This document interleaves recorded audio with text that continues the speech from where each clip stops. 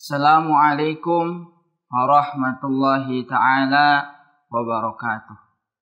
Alhamdulillah ala ni'amihil gharra wa alaihi tatra wa salatu wa salamu ala sayyidina Muhammadin al-makhsus bijazilil bushra wa ala alihi wa sahbihi adz-dzakirina Allaha katsiran fi sirri wal jahra. Amma ba'du, pemirsa Assalam TV, rahimakumullah wa abqakum fi khairin lutfin wa afiyah, yang semoga selalu ada dalam naungan rahmat dan inayahnya Allah Subhanahu wa ta'ala, dan selalu Allah jaga dalam keadaan sehat dan afiah.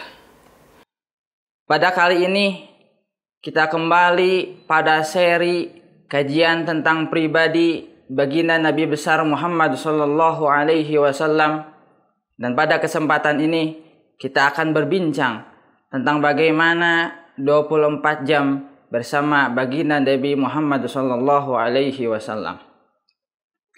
Berbicara tentang 24 jam bersama Nabi, sebetulnya akan ditemukan banyak perbedaan riwayat di dalamnya. Dikarenakan baginda Nabi Muhammad sallallahu alaihi wasallam hidup di beberapa fase yang berbeda. Namun ada satu hal yang selalu ada dalam 24 jamnya baginda Nabi Muhammad sallallahu alaihi wasallam. Satu hal yang menjadi ciri khas beliau. Satu hal yang selalu ada di setiap fase yang beliau lewati. Satu hal tersebut adalah seluruh tindakan baginda Nabi Muhammad sallallahu alaihi wasallam yang bernilai kebaikan.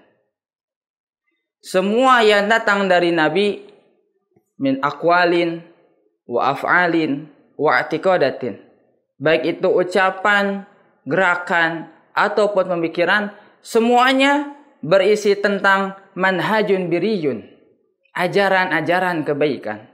Semuanya berbicara tentang ramzun khairiyun, rumus-rumus kebaikan. Yang mana nantinya rumus-rumus kebaikan ini akan menjadi dusturul hayah, pedoman hidup bagi kita sebagai umatnya dalam meraih ketakwaan kepada Allah Subhanahu wa ta'ala. Yang mana takwa adalah sumber kebahagiaan di dunia dan di akhirat. Bahkan sebelum 24 jam itu ada, baginda Nabi Muhammad sallallahu alaihi wasallam telah meninggalkan ajaran yang sangat agung bagi kita.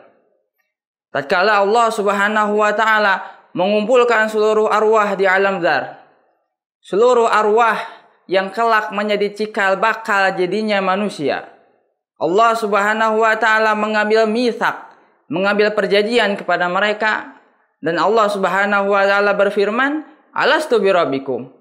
Bukankah aku adalah Tuhan kalian?" Maka ruh baginda Nabi Muhammad sallallahu alaihi wasallam adalah ruh yang paling pertama menjawab bala syahidna. Adalah ruh yang paling pertama menjawab persaksian tersebut, menjawab perjanjian tersebut. Sebagaimana diterangkan oleh Al-Qadhi Asy-Syaikh Yusuf bin Ismail An-Nabhani dalam kitabnya Al-Anwarul Muhammadiyah, dia berkata, "I'lam anna Allah Ta'ala kama faddala nabiyyana Muhammadan sallallahu alaihi wasallam fil bad'i bi an ja'alahu awwalal anbiya'i fil khalqi wa awwalahum fil ijabati fi alamid dzar yauma alastu birabbikum."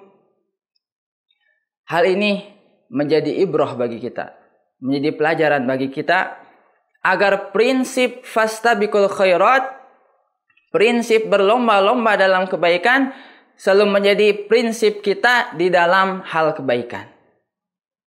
Dan memang prinsip fastabiqul khairat ini selalu tercermin dari tindak tanduknya baginda Nabi Muhammad sallallahu alaihi wasallam. Hal ini terlihat dari bagaimana beliau memulai aktivitas beliau. Lalu bagaimana baginda Nabi Muhammad sallallahu alaihi wasallam memulai harinya? Hujjatul Islam Al-Imam Abu Hamid Muhammad bin Muhammad Al-Ghazali At-Tusi dalam kitab Bidayahnya secara implisit menerangkan bahwa baginda Nabi Muhammad SAW setelah bangun tidur, beliau selalu membaca Alhamdulillahilladzi ahyana ba'dama amatana wa ilaihin nusyur. Dalam riwayat yang lain, baginda Nabi sehabis bangun tidur, beliau membaca doa Allahumma bika asbahna wa bika amsayna wa bika nahya wa bika namutu wa ilaikan nusyur. Mengapa yang diingat oleh baginda Nabi Muhammad SAW sehabis bangun tidur itu adalah berdoa? Mengapa yang diingat oleh beliau itu adalah Allah Subhanahu wa taala? Lagi-lagi ini adalah manhaj azim, ajaran yang sangat agung bagi kita, bahwa kita harus memulai hari kita dengan bersandar kepada Allah Subhanahu wa taala. Bersandar kepada zat yang tidak akan mengecewakan kita. Bersandar kepada zat yang arhamur rahimin, bukan kepada makhluk. Karena kita tidak tahu apa yang akan terjadi kepada kita pada hari itu. Maka ketika hati kita telah bersandar kepada Allah Subhanahu wa taala, in asabana sarra syakarna wa in asabana dharra sabarna. In asabana sarra, jikalau pada hari itu kita mendapatkan suatu kenikmatan, kita mendapatkan suatu kebahagiaan, syakarna, maka kita akan bersyukur kepada Allah. Kita tidak akan lalai dari Allah. Wa in asabana dharra, dan jikalau pada hari itu kita mendapatkan suatu musibah, kita mendapatkan sesuatu yang tidak mengenakan hati kita, sabarna. Kita bisa bersabar, kita tidak akan mengeluh atas takdir yang telah Allah berjalankan kepada kita. Lalu setelahnya baginda Nabi Muhammad SAW berdoa, beliau bergegas mengambil wudu, beliau bersiwak, bersiap-siap untuk sholat tahajud. Yang sering menjadi pertanyaan, berapa rakaat tahajudnya baginda Nabi Muhammad SAW dan berapa lama durasi tahajudnya beliau? Al-Qadhi Syekh Yusuf bin Ismail An-Nabhani dalam kitabnya Al-Anwarul Muhammadiyah menukil beberapa riwayat tentang masalah ini. Beliau menjelaskan dalam satu riwayat baginda Nabi SAW itu tahajud dengan 13 rakaat. Dan riwayat yang lain menjelaskan Nabi tahajudnya itu 11 rakaat. Dan juga beberapa riwayat tentang berapa lama durasinya baginda Nabi, durasi tahajudnya baginda Nabi Muhammad SAW.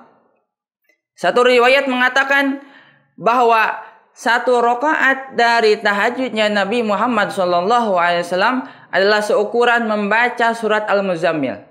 Dalam riwayat yang lain dijelaskan satu rakaat beliau itu seukuran membaca surat Al-Baqarah. Mengapa terjadi banyak perbedaan riwayat dalam hal ini? Maka dijawab oleh Syekh Yusuf bin Ismail An-Nabhani dalam kitabnya, "Wasawabu anna kulla syai'in zakartuhu min dzalika mahmulun ala awqatin muta'addidatin wa ahwalin mukhtalifatin." Hal ini terjadi dikarenakan baginda Nabi Muhammad SAW itu sholat tahajud dalam keadaan dan waktu yang berbeda-beda. Terlepas dari itu, Sayyidatuna Aisyah radhiyallahu taala anha pernah mensifati tahajudnya baginda Nabi Muhammad SAW. Beliau berkata, "Qama sallallahu alaihi wasallam hatta tawarramat qadamah." Kata beliau, saking banyaknya rakaat tahajudnya baginda Nabi Muhammad SAW, saking lamanya durasi tahajud beliau, sampai-sampai kedua kaki beliau itu bengkak, sampai-sampai kedua kaki beliau itu terluka. Lalu mengapa beliau sangat bersusah payah untuk sholat tahajud? Padahal kita tahu beliau adalah pimpinan Rasul. Beliau itu maksum, mustahil berbuat dosa. Dan andai pun berbuat dosa, maka akan diampuni oleh Allah Subhanahu wa taala. Maka diterangkan dalam Al-Quran, asa ayyab'atsaka rabbuka maqaman mahmuda. Apa harapan tahajudnya beliau? Beliau berharap agar Allah Subhanahu wa taala memberikan kepada beliau maqamam mahmuda. Apa itu maqamam mahmuda? Apa itu maqam yang terpuji? Diterangkan oleh As-Sayyid Muhammad bin Alwi Al-Maliki dalam kitabnya Al-Insanul Kamil bahwa maqamam mahmuda adalah maqam yang dimana baginda Nabi Muhammad SAW bisa memberikan syafaat kepada kita sebagai umatnya, bisa menarik kita dari neraka. Jadi bersungguh-sungguhnya baginda Nabi Muhammad SAW dalam melaksanakan tahajud ini karena beliau memikirkan kita sebagai umatnya, karena beliau ingin memberikan syafaat kepada kita kelak di akhirat nanti. Walhasil, berbicara tentang 24 jamnya baginda Nabi Muhammad SAW tidak akan cukup pada satu kajian yang durasinya relatif singkat. Butuh waktu berhari-hari, bahkan berminggu-minggu jika kita ingin mengetahui secara tafsil, secara detail bagaimana 24 jamnya baginda Nabi Muhammad SAW. Namun pada kajian kali ini saya ingin menyampaikan kepada pemirsa bahwa substansi dari 24 jamnya baginda Nabi Muhammad SAW, bahwa substansi dari seluruh perjalanan yang beliau lewati selama hidupnya adalah tentang memikirkan bagaimana keselamatan umatnya, memikirkan bagaimana umatnya bisa meraih ketakwaan kepada Allah Subhanahu wa taala, memikirkan tentang bagaimana umatnya bisa mendapatkan kebahagiaan di dunia, terutama kebahagiaan kelak di akhirat. Asallahu ayyaj'alana min ahbabin nabi wa ahibbain nabi. Semoga Allah Subhanahu wa taala menjadikan kita dari ahbabun nabi, golongan orang-orang yang mencintai nabi, dan wa ahibbaun nabi, dan orang-orang yang dicintai oleh baginda Nabi Muhammad sallallahu alaihi wasallam. Wa yajma'ana fil liwa'i Muhammadin sallallahu alaihi wasallam, dan Allah Subhanahu wa taala kumpulkan kita kelak di akhirat nanti di belakang barisannya baginda Nabi Muhammad sallallahu alaihi wasallam. Demikian yang dapat saya sampaikan. Mohon maaf bila ada kesalahan. Allahumma muwaffiq ila aqwamit thoriq. Assalamualaikum warahmatullahi taala wabarakatuh.